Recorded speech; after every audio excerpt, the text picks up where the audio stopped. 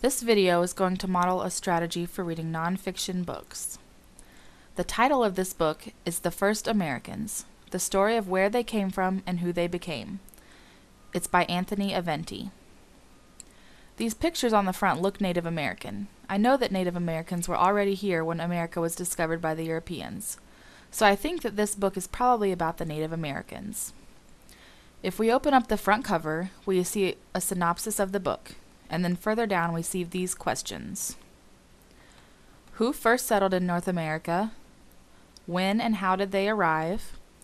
What were their cultures like? Who did they become over the centuries? What can we learn from their lives? I think that these are probably some of the essential questions that this book answers, so we should look for the answers to them when we read. On the other page, we see a map with labels on it. The words don't look familiar, though. I wonder if those are the names of some of the people we're going to read about. I know that the map is the shape of North America. On the next page, we see the table of contents. Let's read through the different sections that we will read about. 1. Entering a New World, the Great Migration. This section must be about how the people got to America. 2.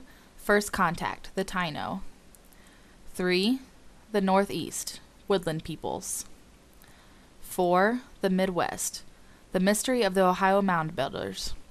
I have heard of mounds and seen them here in Ohio. This section might be interesting since I know a little bit about it. 5. Apartment life in the Southwest. I wonder if they are talking about real apartments here, but I don't know if they had them back then. 6. A Party in Paradise, natives of the Northwest Coast. 7. The Southeast, a day in the strange life of the Timucua.